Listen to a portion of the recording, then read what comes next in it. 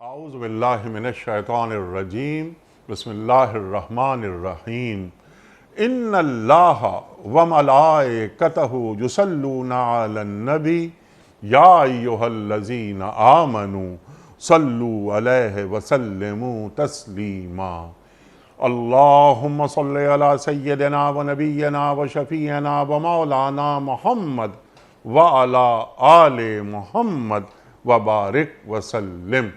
محترم خواتین و حضرات، السلام علیکم۔ پیام صبح کے ساتھ ایک بار پھر حاضر میں ہوں آپ کا میزبان انیق احمد۔ خواتین و حضرات، پیام صبح میں قرآن کریم کے مختلف آیات پر ہم سیکھتے ہیں روزانہ، یعنی پیر، منگل، بدھ اور جمعرات، ان 4 دنوں میں اپنے وطن کے معزز علماء سے۔ لیکن جمعہ اور ہفتہ 2 دن سوال و جواب کے لیے ہم نے رکھے ہوئے ہیں۔ آپ کے سوالات، ہمارے عہد کے ایک نمائندہ مفتی صاحب کے جوابات قرآن و سنت کی روشنی میں۔ یہ 2 دن ہم نے کیوں رکھے ہیں سوال و جواب کے لیے؟ اس لیے کہ ہمارے ذہنوں میں کوئی کنفیوژن باقی نہ رہے، کوئی ابہام باقی نہ رہے۔ ہمارا دین دین مکمل ہے۔ کوئی مسئلہ ایسا نہیں کہ جس کا حل ہمارا دین عطا نہ کرتا ہو۔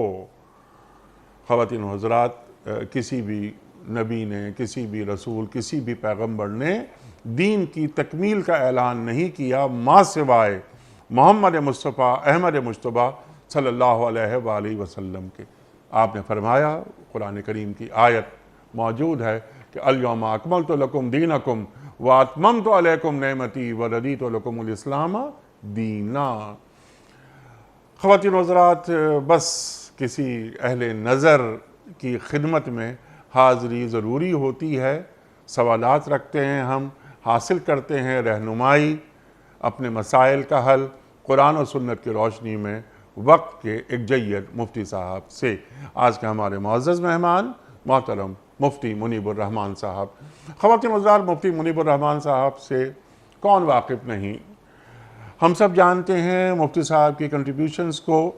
روزنامہ دنیا کے مستقل کالم نگار ہیں، لاتعداد کتابوں کے مصنف، پیام صبح کا لازمی جز محترم مفتی منیب الرحمان صاحب۔ مفتی صاحب کو خوش آمدید کہتے ہوئے پروگرام کا آغاز اللہ تعالیٰ کے بابرکت نام سے، سورہ قریش۔ اعوذ باللہ من الشیطان الرجیم، بسم اللہ الرحمن الرحیم۔ لإیلاف قریش ایلافہم رحلۃ الشتاء والصیف فَلْيَعْبُدُوا رَبَّ هَٰذَا الْبَيْتِ الَّذِي أَطْعَمَهُم مِّن جُوعٍ وَآمَنَهُم مِّن خَوْفٍ۔ صدق اللہ العظیم۔ چونکہ قریش مانوس ہوئے، یعنی جاڑے اور گرمی کے سفروں سے مانوس، لہٰذا ان کو چاہیے کہ اس گھر کے رب کی عبادت کریں جس نے انہیں بھوک سے بچا کر کھانے کو دیا اور خوف سے بچا کر امن عطا کیا۔ صدق اللہ العظیم۔ خواتین و حضرات، مفتی منیب الرحمان صاحب کی خدمت میں آج کے پروگرام کے حوالے سے پہلا سوال۔ یہ سوال ہے ابرار صاحب کا۔ سوال ان کا یہ ہے کہ بعض کاروباری لوگ فصل کی کاشت کے موقع پر کسان کو بیج ادھار دیتے ہیں، نیز کاشت کے لیے کچھ قرضہ بھی دے دیتے ہیں، مگر ایک شرط ہوتی ہے ان کی۔ وہ شرط یہ ہوتی ہے کہ تم فصل ہمیں ہی فروخت کرو گے۔ کیا یہ قرض دے کر ایسی شرط لگانا شریعت اجازت دیتا ہے؟ بسم اللہ الرحمن الرحیم۔ حامدا للہ عز وجل سبحانہ وتعالی ومصلیا ومسلما علی رسول اللہ وعلی صلی اللہ علیہ وسلم۔ آلہ الکرام وصحبہ العظام اجمعین۔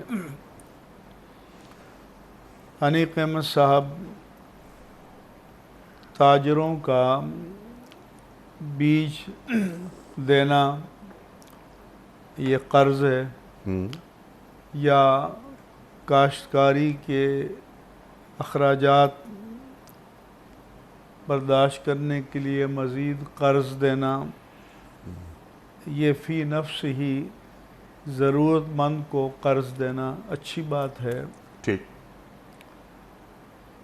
لیکن اس پر شرط لگانا یہ جائز نہیں ہے، کیونکہ حدیث میں آیا کہ کل قرض جر منفعۃ فہو ربا، کہ ہر وہ قرض کہ جس کے ذریعے کوئی منفعت زائدہ حاصل کی جائے تو وہ پھر ربا ہے، سود ہے۔ اس کا قرض دینا اچھا، مقررہ وقت پر وہ قرض ان کو واپس کریں یہ اچھی بات، لیکن ان کو اس بات کا پابند کرنا کہ ضرور مجھے بیچیں گے، تو ظاہر جب وہ باؤنڈ ہوں گے ان کو بیچنے پر تو ہو سکتا ہے کہ یہ دام مارکیٹ سے کم لگائیں، اور یہ ایک صورت منفعت ہے، قرض پر یہ جائز نہیں ہے۔ لہذا ایک عقد میں دوسرا عقد شامل نہیں کرنا چاہیے۔ ہاں، اگر اس کو آپشن دیں کہ بھی آپ کی فصل تیار ہو جائے تو آپ بیچ کر ہمارا قرض واپس کر دینا، یا جس قیمت پر مارکیٹ میں آپ کی فصل بک رہی ہے، آپ کو دام مل رہے ہیں، ٹھیک، تو اگر چاہو تو مجھے اسی قیمت پر دے دینا جس میں اس کا کوئی نقصان نہ ہو اور کوئی جبر نہ ہو، تو اس صورت میں پھر یہ جائز ہے۔ تو پھر یہ جائز ہے۔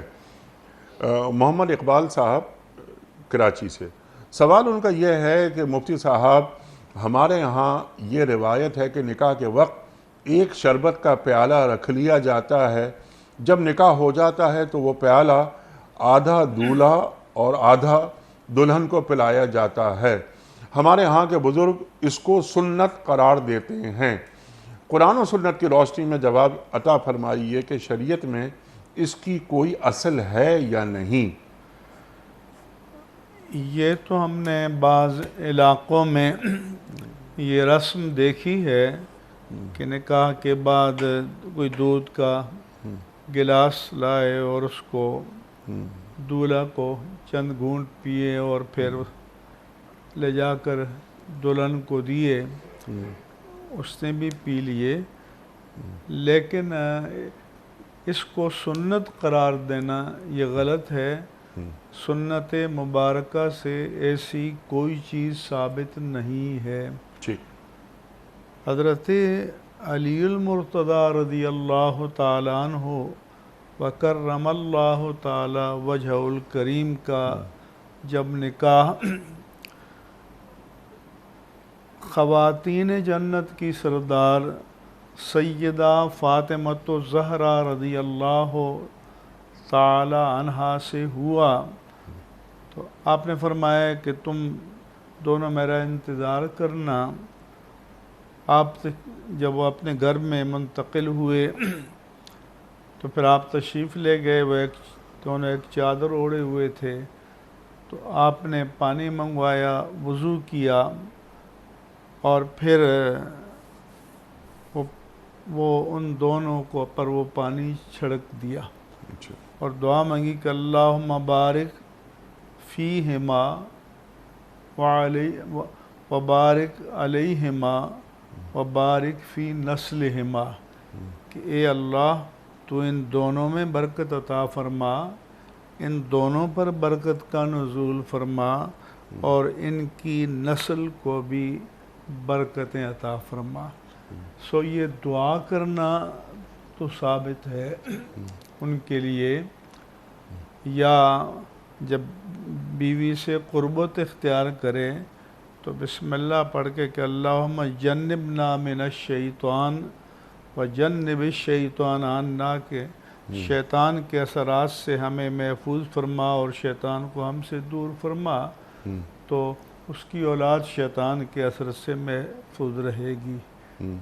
لیکن یہ جو کیا ہے دودھ کو شوہر کو پہلے پلانا اور اسی گلاس سے بیوی کو پلانا، یہ سنت سے ثابت نہیں ہے، اور نہ اس کو حضور کی طرف منسوب کرنا ثابت ہے، کیونکہ آپ صلی اللہ علیہ وآلہ وسلم نے فرمایا کہ من کذب علی متعمدا فلیتبوأ مقعدہ من النار، کہ جو مجھ پر جان بوجھ کر جھوٹ بولے تو اپنا ٹھکانہ جہنم میں بنا لے۔ اللہ اکبر۔ اس لیے ثبوت کے بغیر رسول اللہ صلی اللہ علیہ وآلہ وسلم کی طرف کوئی فعل، کوئی قول یا کوئی بات منسوب نہیں کرنی چاہیے۔ سبحان یہ اللہ، بس رسم ہے، کلچر ہے، کلچر۔ تو کلچر کو دین نہ بنائے۔ اللہ اکبر۔ سید شجاعت صاحب ہیں کراچی سے۔ مفتی صاحب، بیماری یا سفر کی حالت میں روزہ چھوڑنے کی رخصت دی گئی ہے، کیا یہ رخصت اختیاری ہے یا ایجابی؟ ازراہ کرم وضاحت سے بیان فرما دیجئے، اور یہ ایجابی بھی ذرا واضح کر دیجئے آپ۔ سورہ بقرہ کی آیات 183، 184 اور 185 میں رمضان کی فضیلت بھی بیان کی گئی ہے، روزے کی فرضیت بھی بیان کی گئی ہے، اور روزے کی فرضیت کی حکمت بھی بیان کی گئی ہے، اور روزے کی رخصتیں بھی بیان کی گئی ہیں۔ ٹھیک۔ فرمایا کہ فمن کان منکم مریضا او علی سفر فعدۃ من ایام اخر، کہ جو تم میں سے بیمار ہو یا حالت سفر میں ہو اور سفر یا مرض کے عذر کی بنا پر رمضان کے روزے نہ رکھ سکے تو وہ بعد میں سفر سے واپس لوٹنے، مقیم ہونے یا بیماری سے شفا پانے کے بعد جتنے دنوں کے روزے چھوٹ گئے ہیں وہ روزے رکھ لے۔ پھر فرمایا کہ وَعَلَى الَّذِينَ يُطِيقُونَهُ فِدْيَةٌ طَعَامُ مِسْكِينٍ، جو لوگ روزہ رکھنے کی بمشکل طاقت رکھتے ہیں تو وہ مسکین کو 2 وقت کا کھانا فدیے کے طور پر دیں۔ پھر اللہ نے فرمایا کہ وَأَن تَصُومُوا خَيْرٌ لَكُمْ، فرمایا فَمَن تَطَوَّعَ خَيْرًا فَهُوَ خَيْرٌ لَهُ، فدیہ کی ایک کم از کم مقدار تو مقرر کر دی گئی ہے کہ 1 ساگ کھجور یعنی 4.25 کلو کھجور یا 2.25 کلو گندم، یہ مقدار مقرر کی گئی ہے، لیکن فرمایا کہ جو رضاکارانہ طور پر اس کم از کم مقدار سے زیادہ فطرہ دے تو یہ اس کے لیے بہتر ہے۔ ٹھیک۔ اور پھر فرمایا کہ وَأَن تَصُومُوا خَيْرٌ لَكُمْ، اگرچہ سفر میں تمہیں رخصت کی، روزہ چھوڑنے کی رخصت دی گئی ہے، لیکن اگر روزہ رکھ لو تو یہ تمہارے لیے بہتر ہے۔ سبحان اللہ۔ اسی حکم کو ریپیٹ کیا کہ فَمَن شَهِدَكُم مِّنكُمُ الشَّهْرَ فَلْيَصُمْهُ، جو تم میں سے رمضان کا مہینہ پائے تو وہ اس پر لازم ہے، واجب ہے، فرض ہے کہ اس کا روزہ رکھے۔ پھر فرمایا کہ مَن كَانَ مَرِيضًا أَوْ عَلَىٰ سَفَرٍ فَعِدَّةٌ مِّنْ أَيَّامٍ أُخَرَ، سو جو رمضان کے مہینے میں بیمار ہے یا مسافر ہے اور بر بنائے عذر روزہ چھوڑ دیتا ہے تو وہ رمضان کے بعد چھوٹے ہوئے روزوں کی گنتی پوری کر لے۔ ٹھیک، حکمت یہ بتائی کہ یرید اللہ بکم اليسر سبحان اللہ، ولا یرید بکم العسر، اللہ تمہارے ساتھ آسانی چاہتا ہے، تنگی نہیں چاہتا۔ اب جو آپ نے سوال کیا کہ یہ جو روزہ چھوڑنے کی رخصت ایجابی ہے یا اختیاری آپشنل، ایجابی کے معنی obligatory کہ یہ کرنا واجب ہے، ضروری ہے، جیسے قصر نماز پڑھنا سفر میں واجب ہے، اختیار نہیں ہے۔ اور آپشنل کے معنی ہے کہ کرنا چاہے تو کر لے، نہ کرنا چاہے تو مواخذہ نہیں ہوگا۔ جیسے سفر میں ہے، سمجھتا ہے کہ مجھے آسانی ہے، کوئی تکلیف نہیں ہوگی، تو روزہ رکھ دیتا ہے تو الحمدللہ بہت اچھی بات ہے، اور نہیں رکھتا تو اس سے مواخذہ نہیں ہوگا، اجر میں کمی نہیں ہوگی۔ اب آتے ہیں دوسرے مسئلے کی طرف، ایجابی اور اختیاری، کہ عام حالات میں جب سفر قابل برداشت ہو تو قرآن نے فرمایا کہ روزہ رکھ لے تو تمہارے لیے بہتر ہے۔ بعض اسفار کے احوال مختلف ہوتے ہیں۔ غزوہ فتح مکہ کے موقع پر مسلمان مکہ مکرمہ، مدینہ منورہ سے مکہ مکرمہ گئے، تو جب مکے کے قریب پہنچے تو کچھ لوگ فرمایا کہ فَمِنَّا صَائِمٌ وَمِنَّا مَنْ صَامَ وَمِنَّا مَنْ أَفْطَرَ، ہم میں سے کچھ نے روزہ رکھا ہوا تھا اور کچھ نے سفر کی بنا پر چھوڑا ہوا تھا۔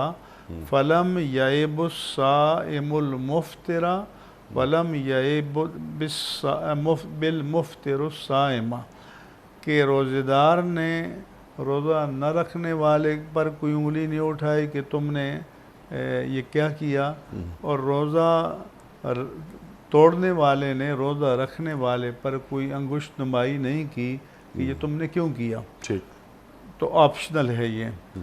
پھر حضور نے فرمایا کہ من شاء فلیصم ومن شاء فلیفطر، جو رکھنا چاہے رکھ لے، جو نہیں رکھنا چاہتا نہ رکھے۔ لیکن ایک جگہ آپ نے دیکھا کہ لوگ کچھ سایہ کیے ہوئے ہیں ایک شخص پر، تو آپ نے پوچھا یہ کون ہے، تو فرمایا کہ یہ اس نے روزہ رکھا ہوا ہے اور اب اس کے لیے ناقابل برداشت ہو گیا ہے، تو ہم اس پر سایہ کیے ہوئے ہیں۔ پھر حدیث میں آیا کہ جنہوں نے روزہ نہیں رکھا ہوا تھا اور انہوں نے خیمے تانے اور لکڑیاں جمع کی، کھانا پکانے کا انتظام کیا، تو خدمت کی، تو اس موقع پر آپ نے فرمایا کہ ذہب المفطرون بالاجور، آج روزہ نہ رکھنے والے اجر میں روزہ رکھنے والوں پر سبقت لے گئے۔ اللہ اکبر۔ مطلب یہ تھا کہ، اور پھر یہ بنا کہ لیس من البر الصیام فی السفر، کہ سفر میں روزہ رکھنا نیکی نہیں ہے۔ مطلب ہے چونکہ وہ سفر جہاد کا تھا، اور جہاد میں مجاہد کو الرٹ رہنا چاہیے، فریش رہنا چاہیے، تازہ دم رہنا چاہیے، کسی بھی وقت دشمن سے ٹکراؤ ہو سکتا ہے۔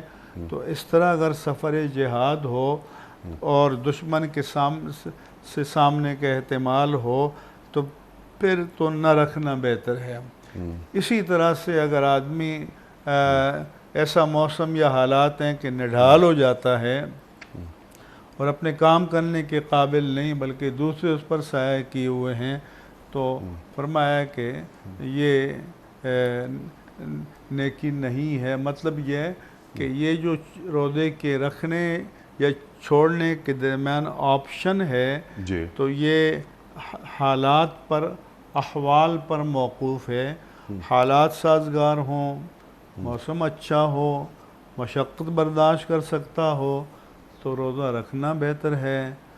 موسم شدید ہو، ناقابل برداشت ہو، یا جیسے سفر جہاد ہو جہاں تازہ دم رہنا ہوتا ہے، تو وہاں نہ رکھنا بہتر ہے۔ تو اس کے لیے ہارڈ اینڈ فاسٹ رول جسے کہتے ہیں وہ شریعت نے مقرر نہیں کیا، بلکہ حالات کی مطابقت سے کبھی روزہ رکھنے کو افضل قرار دیا اور کبھی روزہ چھوڑنے کو بہتر۔ سبحان اللہ سبحان اللہ سبحان اللہ سبحان اللہ۔ باقی جو فدیے کا آیا ہے، جی فدیہ اس شیخ فانی پر، یعنی انتہائی معمر آدمی ضعیف جو اب روزہ رکھنے کے قابل نہیں رہا، ٹھیک، یا وہ بیمار کہ اب وہ بظاہر اس سے بیماری سے شفا یاب ہونے کے آثار نہیں ہیں، تو اس کے لیے اجازت ہے کہ فدیہ دے۔ یعنی عام جو تندرست ہٹا کٹا آدمی ہے اور وہ سفر کی وجہ سے روزہ نہیں رکھتا یا عارضی بیماری ہے، تو اس کے لیے فدیہ نہیں ہے، وہ بعد میں صحت مند ہونے پر یا سفر سے واپس آنے پر روزے کی قضا کرے گا۔ ٹھیک، تو یہ فرق سب کو سمجھنا چاہیے۔ جی ہاں بالکل، یہ وہ شیخ فانی کہ ڈاکٹرز نے یہ کہہ دیا ہے کہ اب یہ ٹھیک نہیں ہو سکتا۔ یا بعض بیماریاں ہوتی ہیں کہ جن میں ڈاکٹر کہتے ہیں کہ آپ کو وقفے وقفے سے پانی پینا ہے، وقفے وقفے سے دوا لینی ہے، اگر نہیں کرو گے تو تمہاری بیماری مہلک ہو جائے گی، تو پھر ان کو اجازت کے لیے فدیہ کا۔ بالکل ٹھیک ہے، کلیئر ہو گئی بات۔ قدرت اللہ صاحب ہیں سیالکوٹ سے، ان کا سوال ہے، یہ آپ کا شعبہ یہ فائنینس وغیرہ کا، کہ مفتی صاحب آج کل اسلامی مالیاتی اداروں اور اسلامی بینکوں سے شرکت متناقصہ کی بنیاد پر گھر لینے کی سہولت موجود ہے۔ بہت سے لوگوں کو اس بارے میں تردد ہے، اس کی بابت شریعت اسلامی کی روشنی میں رہنمائی فرمائیے۔ اور مفتی صاحب یہ پہلے آپ یہ واضح کر دیں کہ شرکت متناقصہ کسے کہتے ہیں؟ ایک تو یہ ہے کہ شرکت کے معنی ہیں جوائنٹ اونرشپ یا جوائنٹ پارٹنرشپ، اس کو شرکت الملک کہتے ہیں۔ ٹھیک، جب کسی چیز کی ملکیت میں حصص کے تناسب سے دو یا زیادہ فریق شریک ہوں تو وہ شرکت ہے، ٹھیک، اور جوائنٹ پارٹنرشپ ہے۔ شرکت متناقصہ کو ڈیمینشنگ مشارکہ کہتے ہیں۔ مطلب یہ ہے کہ وہ اس طرح کا ہوتا ہے کہ ایک فریق آہستہ آہستہ دوسرے فریق کے شیئر خریدتا رہتا ہے، اچھا، اور ایک مرحلہ آتا ہے کہ دوسرا اس کی ملکیت سے آؤٹ ہو جاتا ہے اور یہ پورا اس کا مالک بن جاتا ہے۔ تو یہ جو اسلامی فنانسنگ کے مطابق جو مکانات کا مسئلہ ہے وہ یہ ہے کہ اس میں کچھ پیسہ جو مکان حاصل کرنا چاہتا ہے وہ ڈالتا ہے۔ مثلا اس نے پلاٹ خرید لیا ہے اور تعمیر کے لیے پیسے نہیں ہیں، پھر کچھ پیسہ دوسرا فریق چاہے بینک ہو، مالیاتی ادارہ ہو، وہ ڈالتا ہے۔ تو یہ ان کی مشارکت ہو جاتی ہے، کبھی 50-50، کبھی 40-60 حصوں کا تناسب ہو جاتا ہے۔ تو ایک عقد ہوتا ہے یہ اس پراپرٹی کو خریدنے کا کہ جس کے دونوں ملکیت میں شریک ہو جاتے ہیں اپنے اپنے حصے کے تناسب کے اعتبار سے۔ پھر اس کے بعد ایک عقد الگ سے ہوتا ہے اور اس کو کہتے ہیں کہ عقد اجارہ یا رینٹل ایگریمنٹ۔ مثال کے طور پر ایک مکان 1 کروڑ کا ہے، اس میں 50 لاکھ ایک کے ہیں، 50 لاکھ دوسرے کے ہیں، وہ تقسیم نہیں ہے، تو اب جو 50 لاکھ والا ایک ہے وہ اس مکان کو استعمال کرنا چاہتا ہے، تو جو دوسرا جس کے 50 لاکھ ہیں وہ اس مکان کا مارکیٹ ویلیو کے اعتبار سے کرایہ طے کریں گے، اور اس میں سے جو 50% حصے مالک ہے وہ تو اپنے حصے کو خود یوٹیلائز کرے گا، اور دوسرے کے حصے کا اس کے تناسب سے کرایہ دے گا۔ ٹھیک، یہ عقد اجارہ یا رینٹل ایگریمنٹ پہلی شرکت کے ایگریمنٹ سے الگ ہوتا ہے یہ۔ ٹھیک، پھر تیسرا ایگریمنٹ ہوتا ہے کہ شیئر کو خریدنے کا، کہ وہ وقفے سے 6 ماہ کے بعد یا سال کے بعد یا جب بھی چاہے وہ حصے خریدے گا۔ جب وہ دوسرے فریق کے حصے خریدے گا جو اس میں رہ رہا ہے، تو وہ اتنے حصے مثلاً اس کی ملکیت سے کم ہوتے چلے جائیں گے، اس کی ملکیت میں داخل ہوتے جائیں گے۔ پہلے 50% تھا، دوسرا بھی 50 تھا، اب یہ 55% ہو گیا، وہ 45 ہو گیا۔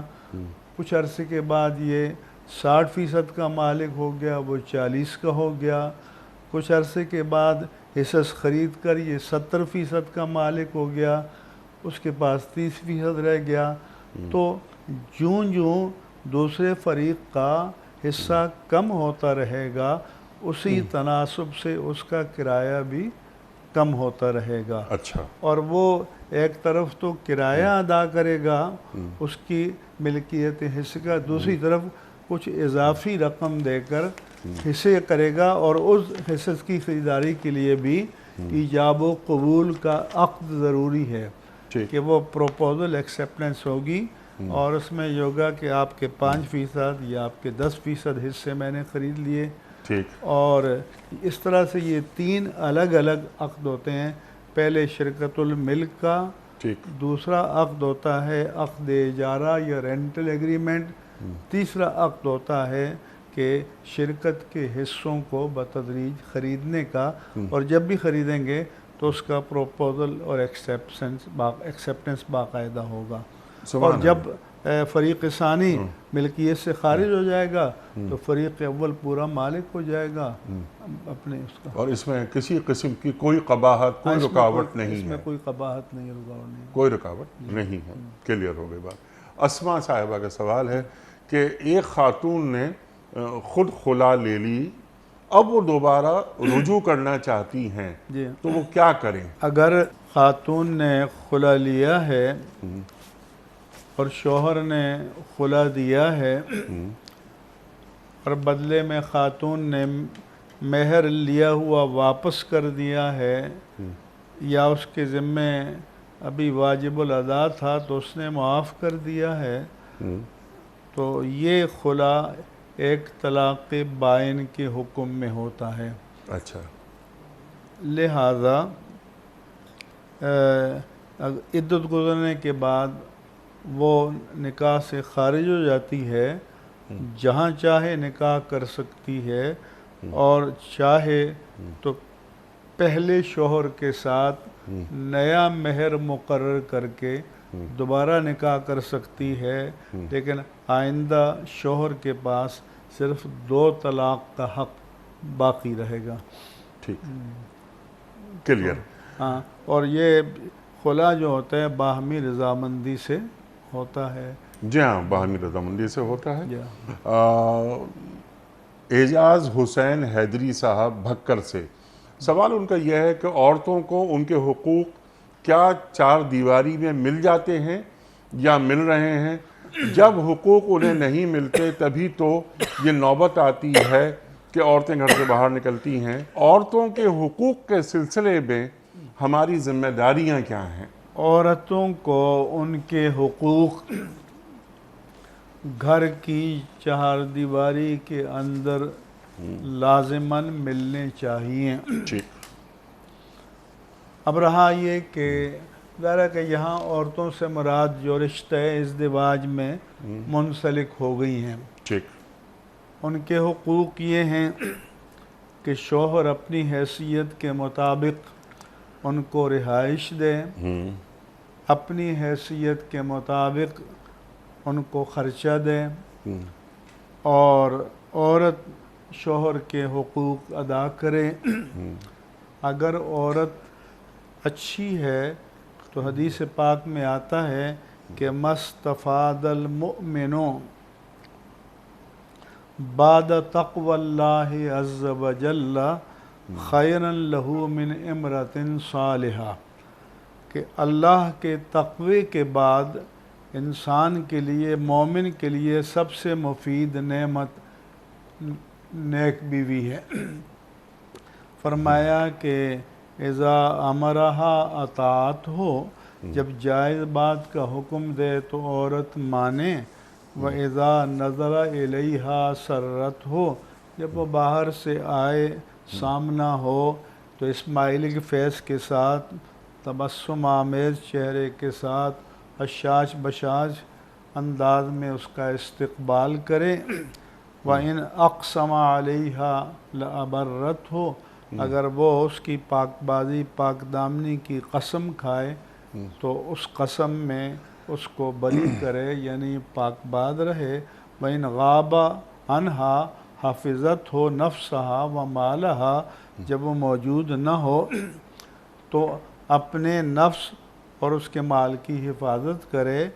نفس کی حفاظت یہ ہے کہ وہ پاک دامن رہے، با حیا رہے، عفت مآب رہے، اپنی آبرو کی حفاظت کرے۔ سو ازدواجی زندگی میں شریعت نے بیوی پر کوئی مالی ذمہ داری عائد نہیں کی، ساری مالی ذمہ داریاں شوہر پر عائد کی ہیں، اور دونوں کو ایک دوسرے کے حقوق ادا کرنے میں توازن قائم رکھنا چاہیے۔ اور بیوی کو نہیں کہا کہ وہ روزگار کے لیے باہر جائے یا جاب کے لیے باہر جائے یا کسی اور کے لیے، یہ ساری ذمہ داری شریعت نے شوہر کے ذمے لگائی ہے، اور یہ حقوق اس کو ملنے چاہیے۔ اسی طرح سے نہ ناجائز مار پیٹ کی اجازت دی ہے شریعت نے۔ خطبہ حجۃ الوداع کے موقع پر رسول اللہ صلی اللہ علیہ وسلم فرماتا کہ اتقوا اللہ فی النساء، تم عورتوں کے بارے میں اللہ سے ڈرتے رہا کرو۔ فَإِنَّمَا اسْتَحْلَلْتُمْ بِكَلِمَةٍ مِّنَ اللَّهِ، وہ تمہارے لیے اجنبی تھیں، اللہ کے کلمے یا اس کی شریعت یا اس کے حکم کے مطابق وہ تمہارے لیے حلال ہوئی ہیں، لہذا عورتوں کے حقوق کی پاسداری کرنی چاہیے، اور حق طلبی کے لیے اسے گھر سے باہر نکلنے کی ضرورت پیش نہیں آنی چاہیے۔ سبحان اللہ۔ یہ جو دین کو مطلوب ہے رویہ، وہ آپ نے بیان فرما دیا کہ عورتوں کی حق تلفی نہیں ہونی چاہیے۔ مسلم معاشروں میں ہم یہ دیکھتے ہیں کہ جو گفتگو آپ نے فرمائی یا جو دین کو مطلوب ہے، وہ رویے خواتین کے ساتھ عام طور پر نظر نہیں آتے، ڈی گریڈ کر کے رکھا جاتا ہے، نفسیات میں شامل یہ بات محسوس ہو گئی ہے۔ یعنی سمپل سی بات یہ ہے کہ اگر خبر یہ آتی ہے کہ بیٹا ہوا ہے تو ایک چہرے پہ خوشی آ جاتی ہے، نمودار ہو جاتی ہے۔ خبر یہ آتی ہے کہ نہیں بیٹی ہوئی، اچھا ٹھیک ہے، چاہیے اللہ کو بس یہی منظور تھا۔ ان رویوں کا تدارک کیسے ہوگا؟ ایک تو یہ ہے کہ اس رویے کی قرآن مجید نے مذمت فرمائی۔ وَإِذَا بُشِّرَ أَحَدُهُمْ بِالْأُنْثَى ظَلَّ وَجْهُهُ مُسْوَدًّا وَهُوَ كَظِيمٌ، کہ جب انہیں بیٹی کی پیدائش کی بشارت دی جاتی ہے تو وہ روح سیاہ ہو جاتے ہیں اور چہرہ کالا پڑ جاتا ہے، غصے سے بھر جاتا ہے۔ بیٹا ہو یا بیٹی ہو، یہ عورت کے اختیار میں نہیں ہے، یہ اللہ تعالیٰ کا نظام ہے، اور بیٹی بھی اللہ کی نعمت ہے، تو لہذا اولاد جو بھی ہو اس کی قدر کرنی چاہیے، وہ اللہ کی نعمت ہے، اور اس کی وجہ سے بیوی کو نہ ملامت کرنا چاہیے، نہ متون کرنا چاہیے، نہ بے قدری کرنی چاہیے، نہ شوہر کو اور نہ ساس اور سسر کو یہ کام کرنا چاہیے۔ خواہ عورت کا کوئی بھی روپ ہو، ضروری نہیں کہ وہ صرف بیوی ہو، وہ بہن ہو، بیٹی ہو، ساس ہو، ماں ہو، تو حق تلفی نہیں مجھے ہونی نہایت چاہیے۔ افسوس کے ساتھ جی کہنا پڑ رہا ہے کہ جو لوگ بتاتے ہیں، میں تو نہیں دیکھتا ڈرامے، کہ جتنے ڈرامے بالعموم آتے ہیں تو وہ میاں بیوی کے جھگڑے، ساس سسر کے جھگڑے، خاندانی نظام کی کو تتر بتر کرنے اور برباد کرنے کی ترغیبات پر مشتمل ہوتے ہیں۔ ان کی اصلاح کا بھی کوئی انتظام ہونا چاہیے، ٹھیک اور ایک مثالی اسلامی گھرانہ کہ جس میں ماں اور باپ کا، ساس اور سسر کا، شوہر اور بیوی کا حسب مراتب احترام ہو، حقوق کی پاسداری ہو، وہ ماحول پیش کرنا چاہیے تاکہ اچھے اثرات مرتب ہوں۔ ٹھیک ہے، اسی طرح سے شوہر کا یہ نہیں ہے کہ صرف خرچ، مکان دے دیا، لباس دے دیا، خرچ دے دیا، بلکہ شوہر کا رویہ بھی پیار کا، محبت کا ہونا چاہیے۔ ٹھیک ہے، یہ دین کو ہم سب سے مطلوب ہے۔ دین ایک مسلمان کو ایسا دیکھنا چاہتا ہے خواتین کے تعلق سے۔ جی ہاں۔ لیکن مفتی صاحب، جیسا کہ آپ جانتے ہیں، بلکہ بہت زیادہ جانتے ہیں، اور آپ کا تعلق بھی کیونکہ کے پی کے اور پورا ایک کلچر سے آپ واقف ہیں، دیکھا یہ جاتا ہے کہ ایک طرف دین رہ جاتا ہے اور ایک طرف کلچر، پھر رفتہ رفتہ فوقیت کلچر کو حاصل ہو جاتی ہے، دین پیچھے رہ جاتا ہے۔ اس کا حل کیا ہے؟ یہ بالکل درست ہے کہ بعض جگہ شریعت الہیہ پر شریعت رسوم کو غالب کر دیا جاتا ہے، یہ غلط ہے، درست نہیں ہے۔ دوسرا یہ ہے کہ خواتین کو وراثت میں پورا حصہ ملنا چاہیے، اور حکومت کو یہ سخت قانون بنانا چاہیے کہ کسی کا انتقال ہو تو جب تک سب ورثاء کا تعین نہ ہو جائے تب تک وراثت کی یک طرفہ تقسیم کی اجازت نہیں ملنی چاہیے۔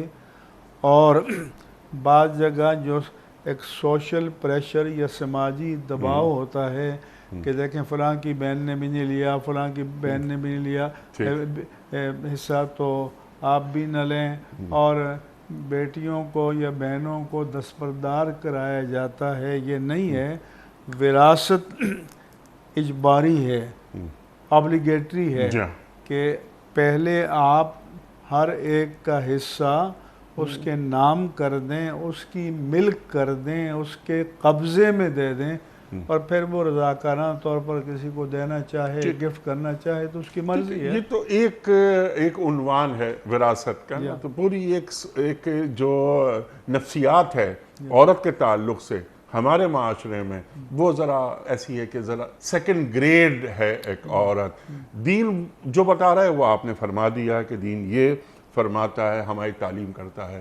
میرا سوال آپ کی خدمت میں یہ تھا کہ جہاں پر کنفلکٹ ہو جائے کلچر میں اور دین میں، تو ایک مسلمان کو کیا کرنا چاہیے؟ دین کو غالب کرنا چاہیے، اور ایسی تمام رسوم جو قرآن و سنت کی تعلیمات کے منافی ہیں، خواہ وہ قبائل کی بنیاد پر ہوں، خاندانوں کی بنیاد پر ہوں، برادریوں کی بنیاد پر ہوں، ان رسوم کا خاتمہ ہونا چاہیے، اور اس میں ریاست کو بھی کردار ادا کرنا چاہیے۔ جو قبیلوں کے بڑے ہیں ان کو بھی کردار ادا کرنا چاہیے، اور جو اس علاقے کے علماء ہیں باثر، ان کو بھی اس میں اپنا حصہ ادا کرنا چاہیے۔ اور اگر وہاں کے مقامی لوگ یا جو ان فرسودہ رسومات مبتلا ہیں، ان تک دین کا پیغام پہنچانا چاہیے کہ یہ دین کا پیغام ہے، اور تم مسلمان ہو، اہل ایمان ہو، تم قرآن پڑھتے ہو روزانہ، لیکن تم کلچر کو دین پر غالب کر دیتے ہو۔ ممبر سے بھی وقتاً فوقتاً جو ہمارا فیملی اور آئلی نظام ہے، ان کے مسائل بیان ہونے چاہیے، اور میاں بیوی کے حقوق، فرائض، ذمہ داریاں ایک دوسرے کے حوالے سے، اولاد کے حوالے سے، اس کو بھی بیان کرنا چاہیے تاکہ لوگوں پر حجت بھی قائم ہو۔ ٹھیک، اور اگر قرآن کی ہمیں یہ سنت ملتی ہے اور خود رسول اکرم کی صلی اللہ علیہ وسلم، یہ سنت جلیلہ ہے کہ آپ ایک بات کو بار بار بیان فرماتے جی تھے، جی جی جی اس طرح قرآن نے آپ کو خود پتہ ہے کئی مضامین کو ریپیٹڈلی جی ہاں، بار بار بیان کیا، فَإِنَّ الذِّكْرَىٰ تَنفَعُ تو الْمُؤْمِنِينَ۔ اس لیے اللہ ان اکبر، مسائل کو ممبر سے بار بار بیان کرنا بیان چاہیے۔ کرتے رہنے چاہیے۔ اللہ تعالیٰ بھی 5 وقت اذان سنواتا ہے یا ہمیں، خیر کو پھیلائیں، خیر کا ابلاغ یا کریں۔ مفتی صاحب چند ویڈیو کوئسچنز آپ کی خدمت میں۔ پہلا سوال مفتی صاحب کے لیے،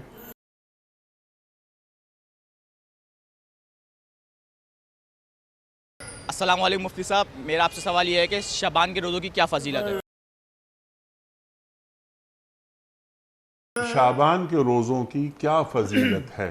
رسول اللہ صلی اللہ علیہ صلی وسلم۔ اللہ علیہ وسلم کی دعائے مبارکہ ہے، اللہم بارک لنا فی رجب و شعبان و بلغنا رمضان۔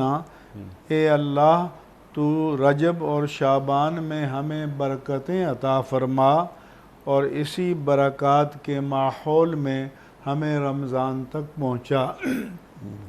اس کا مطلب یہ ہے کہ رجب اور شعبان میں ہمیں رمضان کی برکات کو سمیٹنے کے لیے، روزوں کے لیے اپنے آپ کو تیار کرنا چاہیے، عادی بنانا چاہیے۔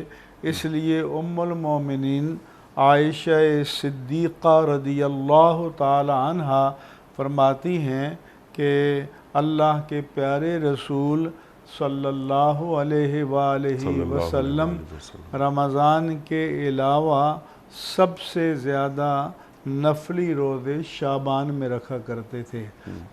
تو اس لیے شعبان میں اگر کسی کو توفیق ملے تو ایک دن چھوڑ کر ایک دن روزہ رکھیں، یا 13، 14، 15 کو روزہ رکھیں۔ صرف آخری دن یوم شک کا روزہ رکھنے سے منع کیا گیا ہے۔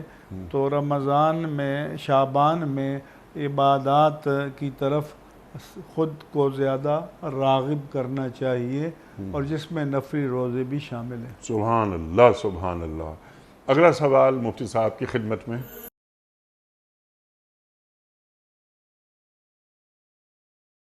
السلام علیکم مفتی صاحب، میرا سوال یہ، جو فرسٹ رمضان کو بینک زکوٰۃ کاٹتا ہے، جو ہماری ڈائریکشن کرتا ہے، تو وہ کیا درست ہے، جائز ہے وہ؟ اب یہ ایک سرکاری کام، یکم رمضان کو زکوٰۃ کٹ جاتی ہے، ارشاد۔ اس میں پہلی بات تو یہ ہے کہ زکوٰۃ ان کی ادا ہوگی کہ جو بینک کو اپنی زکوٰۃ کاٹنے کی اجازت دیں۔ بالکل ٹھیک۔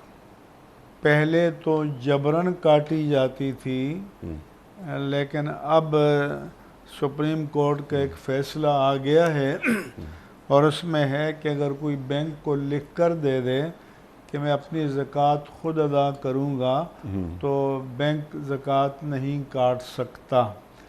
لیکن جو بینک سے کٹوانا چاہیں تو وہ اس کو لکھ کر دیں، کیونکہ عبادت کے لیے نیت عبادت ضروری ہے۔ بغیر نیت کے جبراً کاٹی جائے گی تو وہ زکوٰۃ ادا نہیں ہوگی۔ بالکل۔ اس کے بعد یہ ہے کہ جو اگر اس میں سود کا پیسہ شامل ہے تو سود پر زکوٰۃ نہیں ہوتی، اصل مال پر زکوٰۃ ہوتی ہے، اور اگر حکومت کاٹتی ہے تو پھر اس کی ذمہ داری ہے کہ زکوٰۃ کے جو مصارف اللہ تعالیٰ نے قرآن کریم میں مقرر فرمائے ہیں، ان مصارف پر زکوٰۃ کو صرف کیا جائے۔ بالکل ٹھیک ہے۔ اگلا سوال مفتی صاحب کے لیے۔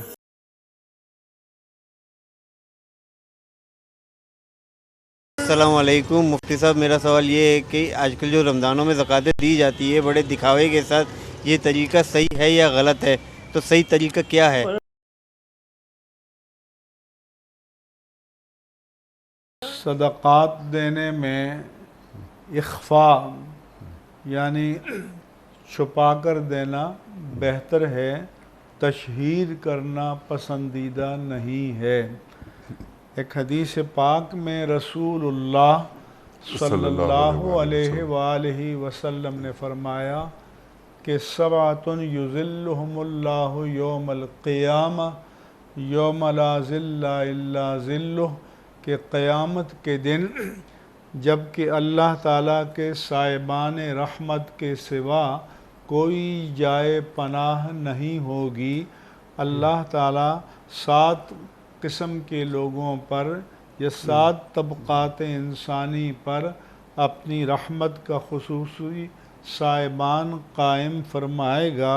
اس میں سے ایک آپ نے فرمایا کہ رجل تنفق یمینہ ما لا تعلم شمالہ، کہ ایک وہ شخص قیامت کے دن اللہ تعالیٰ کے خصوصی سائے رحمت کا حقدار قرار پائے گا کہ اس کا دایاں ہاتھ خرچ کرے تو بائیں ہاتھ کو پتہ نہ چلے کہ کیا خرچ کیا ہے۔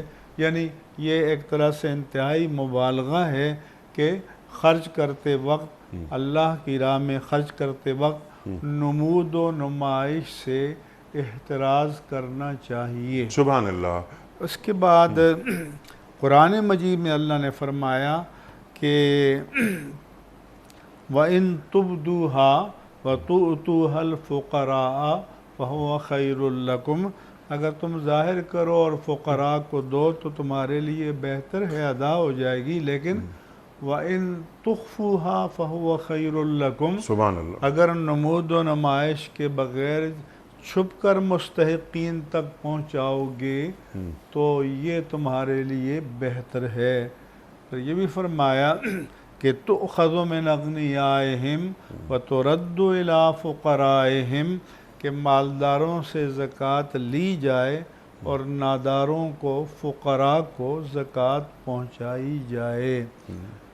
البتہ بعض مخصوص مواقع ایسے ہیں کہ جہاں پر دوسروں کو ترغیب دینے کے لیے آپ نے علانیہ صدقات مانگے، جیسے غزوہ تبوک کے موقع پر جو مشکل زمانہ تھا، حضور نے دفاعی فنڈ میں صدقات دینے کے لیے فرمایا، تو حضرت عثمان رضی اللہ عنہ آئے، فرمایا کہ علیہ مئۃ ابل ما احلاسها واقطابها، کہ میں 100 اونٹ ساز و سامان سے لدے ہوئے پیش کرتا ہوں۔ آپ نے پھر اعلان کیا تو انہوں نے کہا کہ میں 200 اونٹ ساز و سامان سے لدے ہوئے پیش کرتا ہوں۔ آپ نے پھر اعلان کیا تو انہوں نے عرض کیا کہ میں 300 اونٹ ساز و سامان سمیت لدے ہوئے پیش کرتا ہوں۔ تو حضور نے اس موقع پر فرمایا کہ ما علی عثمان ما در عمل بعدو، یا ما در عثمان ما عمل بعدو، آج کے بعد عثمان کوئی بھی نیک کام نہ کریں تو یہی اس کی نجات کے لیے کافی ہے۔ اس کا مطلب یہ نہیں ہے کہ عثمان اس کے بعد نیکیاں چھوڑ دیں گے، کیونکہ اللہ تعالیٰ جن پر اس طرح کے کرم فرماتا ہے تو پھر گناہوں میں مبتلا ہونے سے ان کی حفاظت بھی فرماتا ہے۔ اللہ اکبر، اللہ اکبر، اللہ اکبر۔ جو آپ نے بات فرمائی کہ اللہ کی راہ میں انفاق، سیدھے ہاتھ سے مال دیا جا رہا ہے، بائیں ہاتھ کو خبر پتہ نہ چلے۔ کچھ نیکیاں زندگی میں مفتی صاحب ایسی ضرور ہونی چاہیے جس کا علم اللہ کے سوا کسی اور کو نہیں ہونا چاہیے۔ ٹھیک ہے نا مفتی صاحب؟ بالکل ٹھیک ہے۔ یہاں وقت ختم ہوا ہمارے آج کے پروگرام کا۔ میں آپ کا بڑا شکر گزار ہوں مفتی صاحب کہ آپ تشریف لائے، اور آج بھی ہم نے آپ سے بہت سیکھا۔ خواتین حضرات، ہمارے علماء کو اللہ سلامت رکھے، تشریف لاتے ہیں، قرآن کریم سے ہمیں جوڑتے ہیں، ہمارے ذہنوں میں پیدا ہونے والے مسائل کا حل قرآن و سنت کی روشنی میں عطا فرماتے ہیں۔ جمعہ اور ہفتہ 2 دن سوال و جواب کے لیے ہوتے ہیں، پیر، منگل، بدھ اور جمعرات، ان 4 دنوں میں ہم قرآن کریم کی مختلف آیات پر گفتگو کرواتے ہیں اپنے ملک کے ممتاز علماء سے، اور شان نزول سے لے کر لمحہ موجود تک یہ آیات ہم سے کیا مخاطبت کر رہی ہیں، اور قرآن ہمیں کہاں دیکھنا چاہتا ہے، ہمیں کیسا دیکھنا چاہتا ہے، یہ ہمارے معزز علماء ہمیں تعلیم کرتے ہیں۔ پروگرام کا وقت مکمل ہوا، اور آپ اور ہم جانتے ہیں کہ پیام صبح کا اختتام ہوتا ہے روزانہ ایک قول پر، اور وہ قول ہوتا ہے صاحب نہج البلاغہ امیر المومنین حضرت علی مرتضیٰ کرم اللہ وجہہ کا۔ آپ فرماتے ہیں کہ جس شخص کی امیدیں قلیل ہوتی ہیں اس کا کردار جمیل ہوتا ہے۔ جس شخص کی امیدیں قلیل ہوتی ہیں اس کا کردار جمیل ہوتا ہے۔ سبحان اللہ، سبحان اللہ۔ اپنے میزبان انیق احمد کو کل تک کے لیے اجازت دیجیے۔ خدا حافظ۔